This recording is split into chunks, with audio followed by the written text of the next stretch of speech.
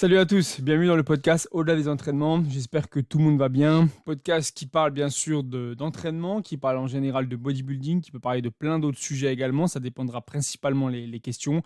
Comme j'ai dit, j'espère que tout le monde va bien. Bienvenue dans ce nouvel épisode de l'épisode Au-delà des entraînements. On va avoir pas mal de questions encore une fois cette semaine et je suis une nouvelle fois très content des questions, très satisfait des questions qui ont été posées, des questions qui sont très sérieuse et très intéressante surtout. On va pouvoir débattre sur pas mal de sujets et je vais pouvoir donner aussi mon avis sur pas mal de sujets. Parce que c'est très intéressant, je trouve, d'avoir des questions et d'apporter aussi son avis, bien que l'avis n'est pas toujours, et c'est ça aussi qui est beau avec le bodybuilding, A ou B. Ça peut être à prendre en compte selon le profil, selon la personne, selon l'âge, selon l'objectif, etc., etc. Mais on va voir ça bien sûr ensemble.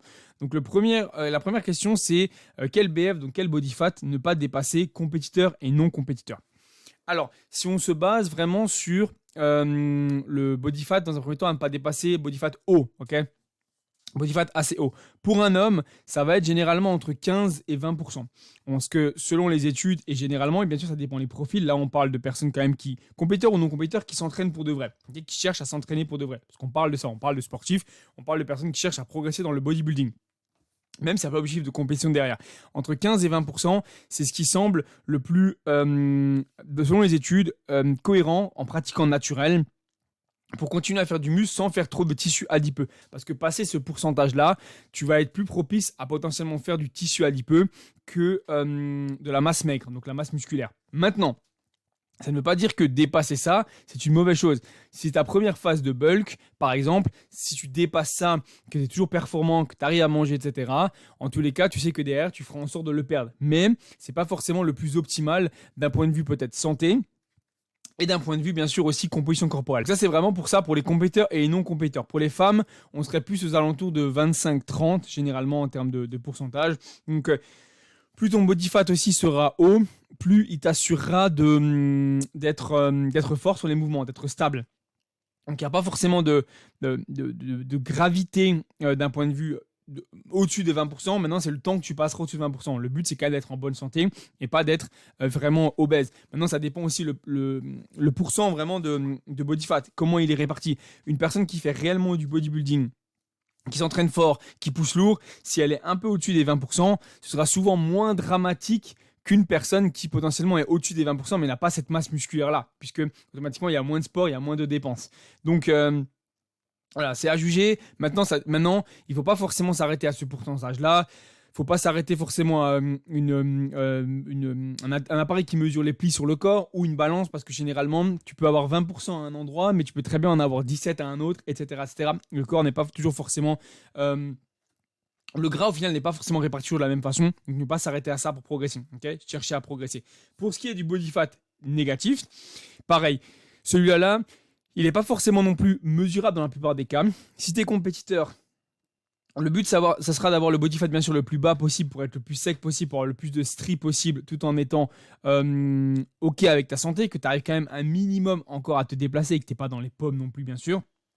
Et d'un point de vue non compétiteur, il n'y a pas d'intérêt à descendre très très très très bas en body fat, au point d'avoir le fessier strié, d'avoir d'énormes stries dans les ischios, etc. Puisqu'il n'y a pas d'objectif de compétition derrière. Et plus tu descends bas dans le body fat, plus bien sûr derrière c'est la santé qui est impactée, c'est les hormones qui sont impactées, c'est le muscle qui est impacté, c'est ta récupération qui est impactée, etc. etc. Okay, donc toujours rester dans une mesure qui est cohérente avec ton objectif, avec ce que tu es capable de faire et avec aussi ce que ça implique dans le quotidien. La deuxième question, elle rejoint un petit peu ça, on va dire, elle concerne un peu, et on voit bien que les questions tournent pas mal autour de ça parce qu'on entend énormément parler en ce moment. Est-il optimal d'être en surplus pour prendre de la masse musculaire? Si oui, quel pourcent? Et du coup, c'était rattaché à ça. La maintenance n'est pas suffisante au vu des récentes études. Point d'interrogation. Merci à toi, Flo. Donc, déjà, merci à toi, du coup, Adrien, pour ta question. Est-ce qu'il est optimal? Selon moi, c'est optimal et nécessaire. Optimal et nécessaire d'être en surplus calorique pour faire du muscle. Parce que si tu n'es pas en surplus calorique, tu t'assureras pas de manger assez, tu t'assureras pas de récupérer correctement, tu t'assureras pas de pouvoir faire ce qu'il faut, donner les nutriments à tes muscles pour progresser, etc. Okay, le surplus calorique va t'assurer que tu ne manqueras de rien. ok? Si tu dois t'amuser à chaque fois à savoir où est ta maintenance et te dire, ok, j'ai perdu du poids, est-ce que je suis encore en maintenance? Ça se trouve oui, mais ça se trouve non. Donc manger plus, etc., etc., ça va totalement te torturer l'esprit, ok? Pars du principe que tu mets en place un surplus calorique dans lequel tu as un NEAT qui est bon, un bon 8000, 10 000 pas par jour, qui est bien, qui est OK, avec 4 à 5 entraînements par semaine bien structurés, où tu t'entraînes fort, où tu ne vas pas laisser de RIR, où tu ne vas pas aller à la salle pour rigoler, et une diète qui te permet de prendre à peu près entre 250 à 300 grammes par semaine. C'est très très bien, ça fait à peu près 1 kg par mois, c'est exactement très bien. Tu tiens ça entre 30 à 37 semaines, tu auras une phase de push et un push calorique qui sera extrêmement bien efficace si derrière tu fais ce qu'il faut en entraînement. Okay, tu fais ce qu'il faut durant ton NEAT. Tu as pas mal de repas par jour. Tu vois, on ne va pas s'envoyer que 3 ou 1 repas par jour. Non. Tes calories vont monter, il faut que tu puisses manger correctement. Il faut que tu puisses manger 4 minimum, même si tu peux monter à 5-6 repas par jour, même 6, c'est encore mieux. Okay, pour vraiment être certain que tu as toute l'assimilation qu'il faut, que tes protéines soient correctement assimilées, que tes glucides soient correctement assimilés, tes lipides soient correctement assimilés. Et en termes de pourcentage, on s'en fout complètement du pourcentage. On s'en fout de ce pourcentage-là. Ce qu'on veut, c'est avoir cette maintenance et être au-dessus de cette maintenance pour prendre du poids. Donc si jamais ton poids potentiellement il stagne, c'est pas grave non plus, tu peux avoir 1 ou 2 semaines de stagnation, mais on veut chercher à le voir monter. On veut voir le physique évoluer, on veut prendre du poids, on veut devenir plus fort. Parce que la prise de poids veut dire aussi un body fat plus haut, et un body fat plus haut veut dire que tu vas te sentir beaucoup plus fort sur les exercices. Et il n'y a rien de mieux que se sentir fort et extrêmement bon sur les exercices. C'est le meilleur moyen de savoir si tu as pris du muscle ou pas. C'est pas en te comparant, en toujours essayant de regarder est-ce que mon bras est plus gros, etc., en te prenant en photo devant le miroir, en te déshabillant toutes les 30 secondes. Non, c'est en sachant que tu as pris du poids correctement et que tu as fait justement évoluer le physique. En plus de ça, bien sûr, tu peux prendre des photos, donc prendre des photos chaque semaine, te faire un bilan, etc. Et si vraiment tu as beaucoup de questions, que tu n'es pas sûr de toi, prends un coach. Prendre un coach, c'est le meilleur moyen d'arriver à ces objectifs sans se poser de questions, en pouvant poser des questions, mais sans se torturer l'esprit de dire est-ce que je fais la bonne chose? Attends, non, je fais une sèche parce que finalement j'ai pris trop de gras. Est-ce que là, cette semaine, j'ai pris 400 grammes, c'est pas trop, etc., etc. Parce que Flo, il a dit entre 250 et 300. Tout est adaptable. Ça reste une moyenne. Possiblement qu'une semaine, tu ne prends que 150 grammes. C'est pas grave, c'est très bien aussi. Mais par contre, on ne veut pas juste des petits 150, 150, 50. On veut quand même faire un vrai surplus qui va t'amener à la fin des 8 mois à avoir pris entre 8 et 10 kilos. 8 et 10 kilos, c'est vraiment bien. Ça te permet derrière de les faire tomber après sur une mini-cut assez rapide et d'être certain que le physique que tu avais au début de ta phase de masse n'est pas le même à la fin de ta mini-cut. N'est pas le même. Parce que si tu reviens au même poids, revenir au même poids, c'est possible, et tu reviens au même poids avec la même composition et avec le physique identique, c'est-à-dire que ça n'a servi à rien. Et dans tous les cas, c'est que tu t'es pas donné assez à l'entraînement. Parce que normalement, même les gens qui ont des surplus caloriques mais qui ne se donnent pas à fond à l'entraînement arrivent quand même à faire du muscle. Et ça se voit souvent avec, par exemple, les personnes qui sont obèses, même si elles ne sont pas données vraiment à fond dans leur training, qu'elles sont capables de faire plus, elles auront quand même une bonne masse musculaire parce qu'en fait, elles ont été en surplus et ça leur a permis d'être extrêmement stables sur les mouvements et de pousser lourd. Et c'est ça qu'on voit souvent les personnes qui ont un body fat assez haut. Et alors bien sûr, quand tu es obèse, c'est pas forcément bien bon pour la santé, hein, mais ça leur permet quand même de soulever des charges ou de tirer des charges extrêmement lourdes. Et ça, automatiquement, ces charges-là, elles sont pas tirées avec la pensée. Elles sont tirées, si c'est fait correctement, bien sûr, aussi avec les muscles. Donc, automatiquement, tu vas pouvoir développer plus de muscles. Et le principe est le même, sauf que bien sûr, le but ne sera pas aller en obésité extrêmement grave. C'est comme je te disais avant, de rester dans ce 15 à 20%. Tout dépend au fur et à mesure des années. Quel est ton année de pratique et quel niveau de bulk tu souhaites faire également et tu as besoin de faire aussi pour progresser, parce que ça c'est important au fur et à mesure de voir les années, parce que tu deviendras de façon de plus en plus fort sans avoir énormément de body fat. Question suivante, ça reste un peu sur la nutrition. Comment estimer son apport calorique en training day et not training day, donc en jour d'entraînement et en jour de repos? Alors ça va dépendre de plusieurs choses. Déjà, ça va dépendre un peu de à quel moment tu te situes dans ta progression. Est-ce que tu es plus en prise de masse, en recomp, en sèche? Si tu te retrouves en recomp, souvent, tu peux avoir un training day et un autre training day qui est le même. Parce qu'au final, ça te fait une moyenne. Et ce qu'on cherche sur ça, c'est vraiment d'avoir la moyenne. Si ton training day monte, ça va faire monter ta moyenne. Si ton training day monte et ton jour de repos monte également, ça fait monter la moyenne. Donc ce qu'on veut, c'est se baser sur cette moyenne-là. Comment l'estimer? On l'estimera en sachant quel est ton objectif. Okay, si c'est une prise de masse, ok, monter les calories. Maintenant, tu peux très bien démarrer d'une base où ton training day et ton jour de repos est le même et commencer d'abord par monter ton training day. Okay, monter ton training day au moins sur 2-3 pushs pour avoir quelque chose de entre le training day et le jour de repos qui est à peu près d'une différence de... Alors ça dépend. Ça peut varier, mais quelque chose comme 600 à 800 calories d'écart au pic, vraiment, ça peut être très intéressant parce que ça te permet vraiment d'avoir un jour de repos qui est réellement efficace d'un point de vue digestion, d'un point de vue aussi masse en fait d'aliments dans le ventre, parce que c'est aussi un peu ce qui est recherché à ce moment-là, c'est vraiment d'avoir un peu moins d'aliments bien sûr à digérer, etc. Jouer avec des glucides plus bas et des lipides plus hauts, donc jouer principalement sur ça. Maintenant, si tu es en sèche, ça peut être intéressant d'avoir quelque chose qui est un peu plus proche, mais qui est avec des lipides légèrement plus hauts sur les jours de repos pour justement pouvoir privilégier des lipides un peu meilleurs, avoir plus d'huile d'olive, avoir plus de saumon, etc. Donc pour estimer, c'est pas quelque chose qui se fait simplement comme ça. C'est comme d'habitude un peu avec le bodybuilding, ça dépend de chaque personne. Je ne peux pas te donner les informations comme ça directement, même si le but c'est d'aider un maximum de monde. Ça va dépendre bien sûr du physique de base, de l'objectif de base, de ce que tu recherches.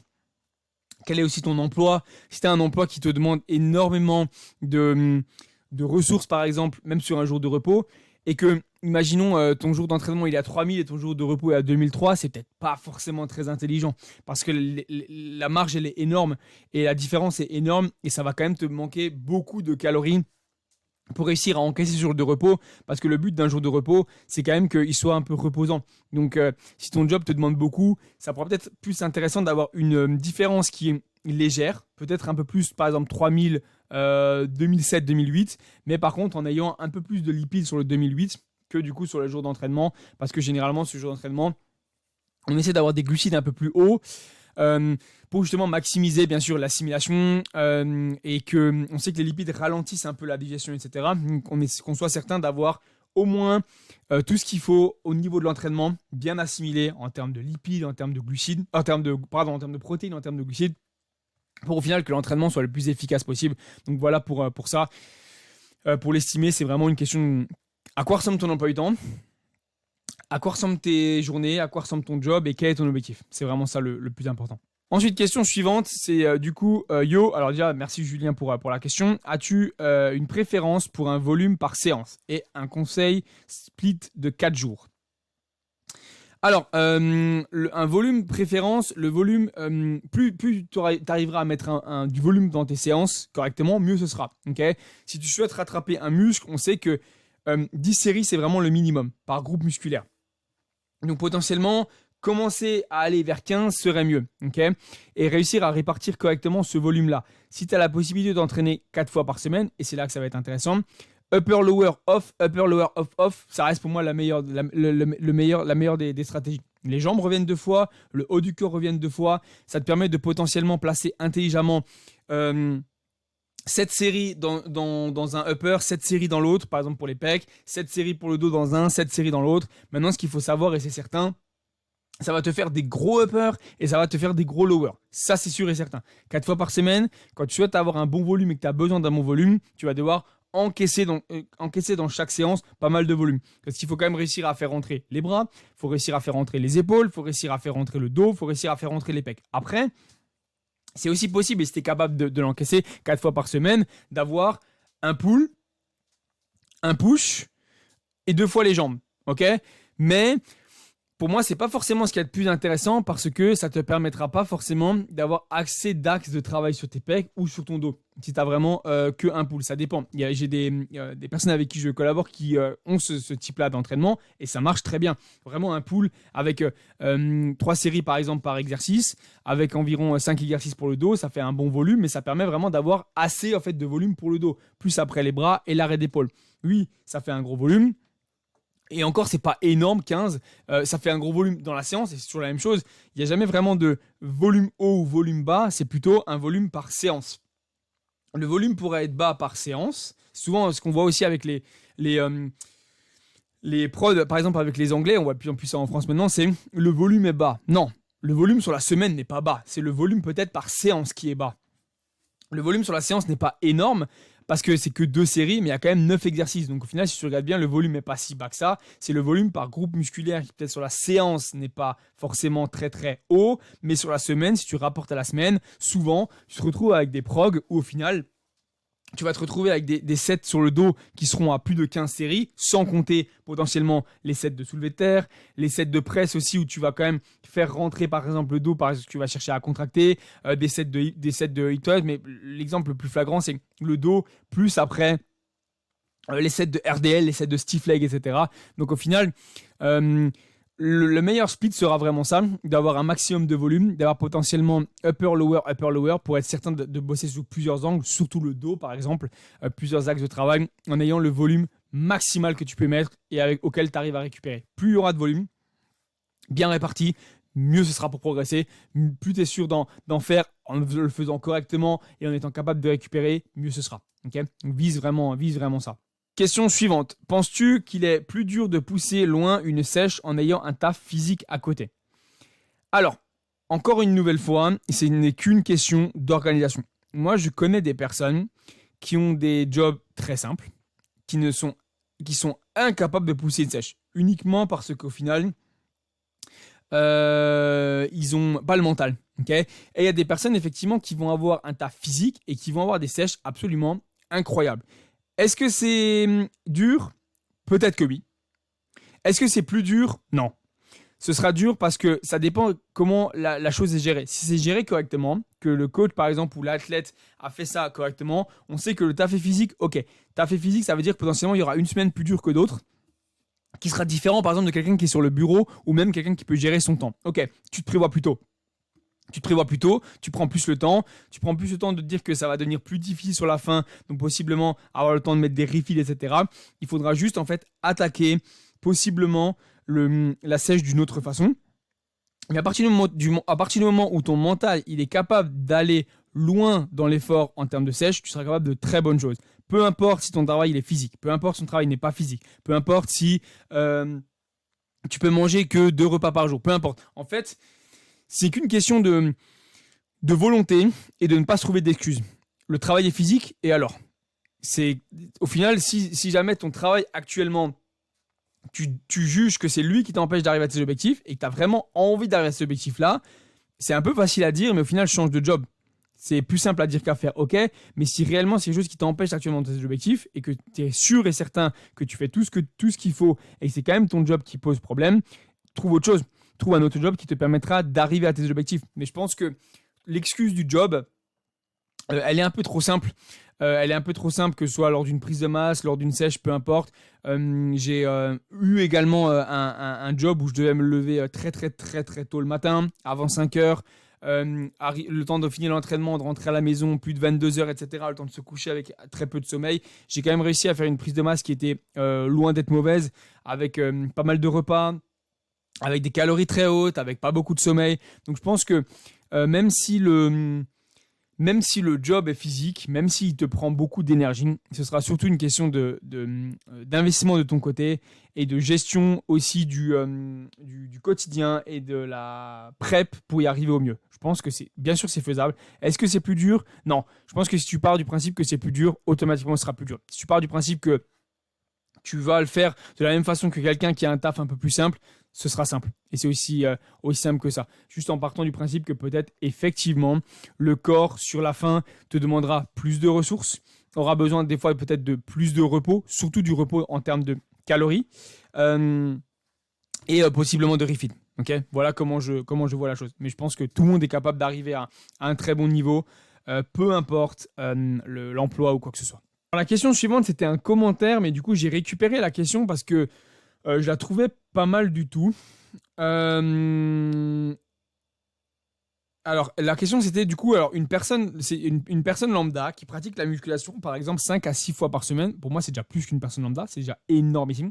Plus travail, donc avec un travail, avec une bonne alimentation, les paramètres de récupération, sommeil, les conseils que tu peux donner en termes de volume, d'intensité, ce serait intéressant, peut-être, je ne te cache pas, pour moi. Alors, je pense qu'effectivement, là, la personne s'identifie un peu comme quelqu'un qui a un train de vie, on va dire, un peu classique. Et au final, c'est totalement ça. Il y a beaucoup plus de personnes qui ont un train de vie avec des enfants, un travail, un sommeil où il faut gérer, par exemple, le coucher des enfants, le temps un petit peu avec sa femme, etc. Comparé à des personnes qui peuvent potentiellement gérer le temps, par exemple comme moi, qui peut, même si j'ai aussi au final des heures de travail comme si je bossais en entreprise, avec un réveil, etc., mais qui peuvent potentiellement gérer un peu plus leur temps, même si ça paraît dans l'inconscient de chaque personne ça, mais au final, c'est pas forcément toujours ça. Les meilleurs conseils que je peux donner, c'est de la même façon que si tu avais pas forcément... que tu pouvais gérer ton temps, fais-le de cette façon-là. Tu arrives à t'entraîner entre 5 et 6 fois par semaine, c'est extrêmement bien. C'est vraiment extrêmement bien.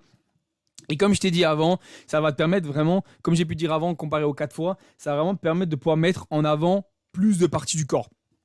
5 fois, ça commence à devenir intéressant. Un pull, un push, 2 fois les jambes et potentiellement un upper.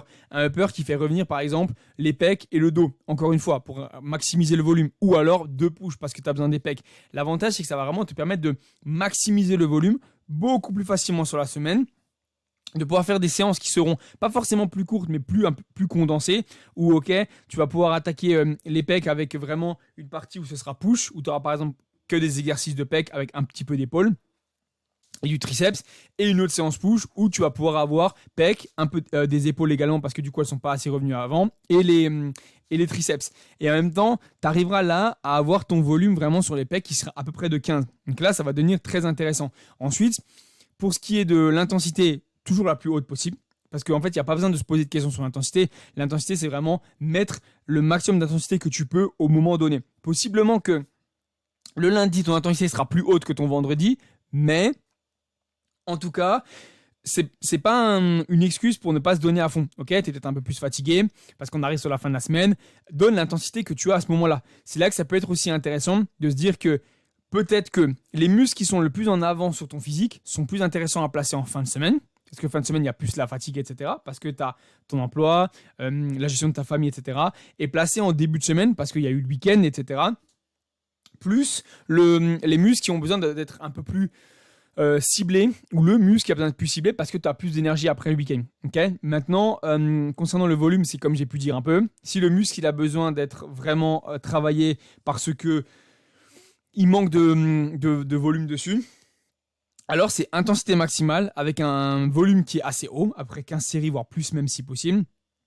Et les muscles qui sont bien, garder entre 10 et 12 séries, ça permet d'être bien. Possible, ça peut être aussi un peu en dessous. Il y a des muscles qui sont très bien stables à, par exemple, 6 séries. Et je pense à des personnes avec qui, pareil, je peux travailler, qui ont des quadriceps bien en avance, et où on a 6 sets par semaine, et ça va très bien. Je pense à Louis, par exemple, qui a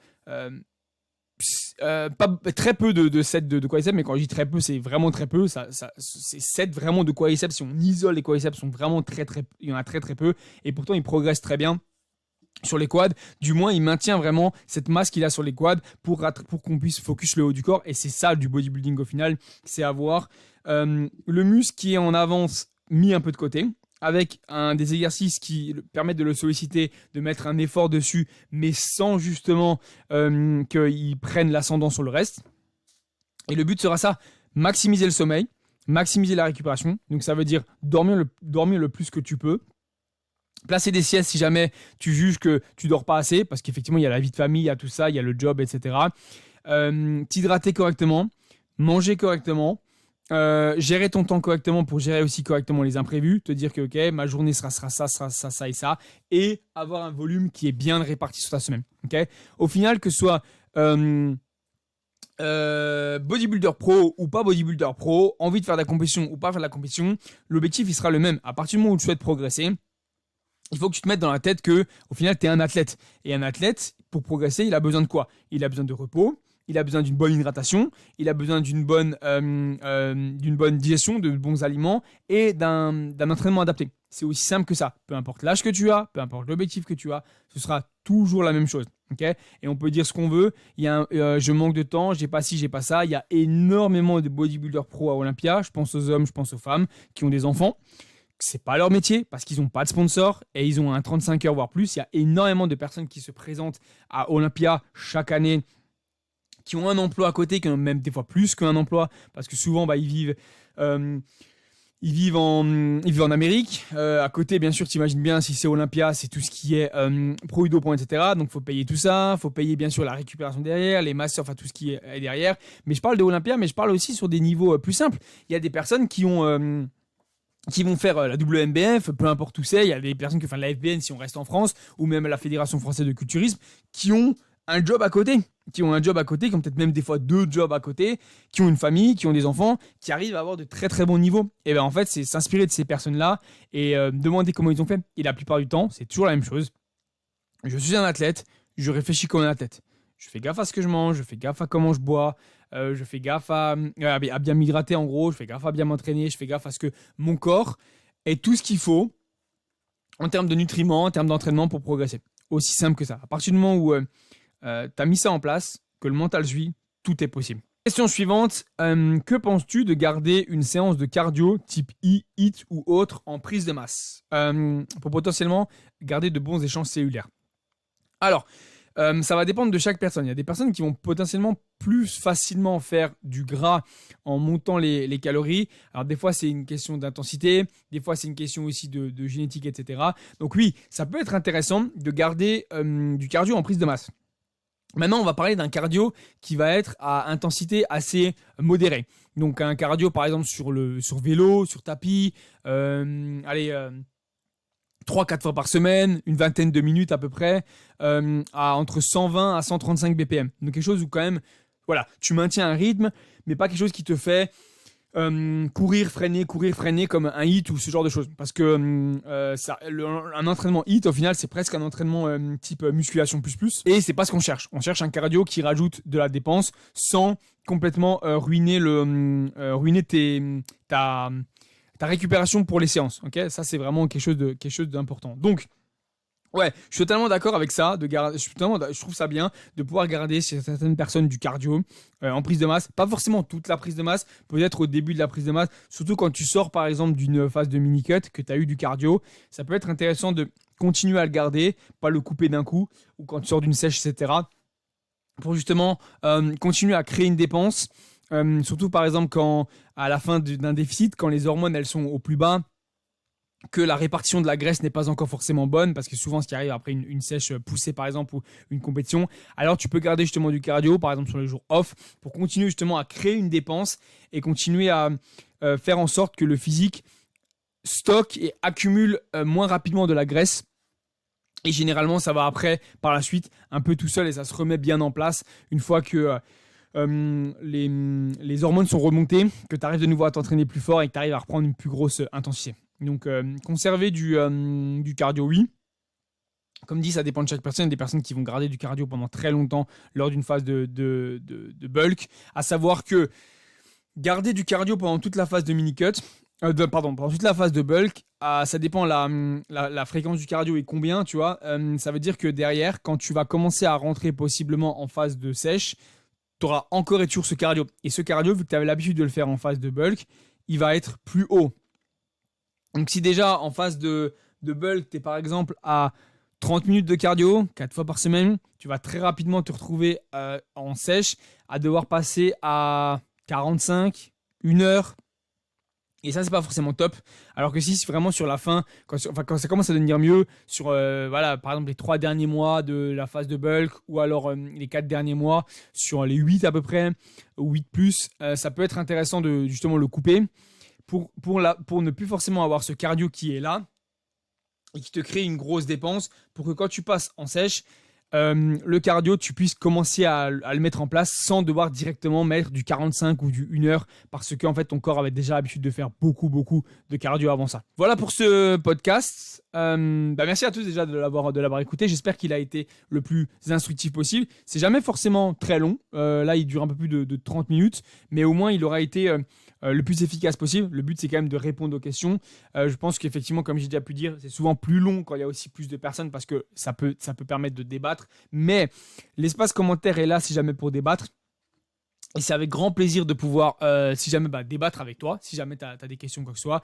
N'hésite pas à poser des questions pour le prochain podcast. Donc si jamais tu ne me suis pas, suis-moi sur Instagram, donc @flowptr, donc flowptr. C'est là que sur Insta, je poste tout. Et aussi et surtout, je poste la FAQ du coup pour le podcast. Si jamais tu veux poser des questions pour le podcast.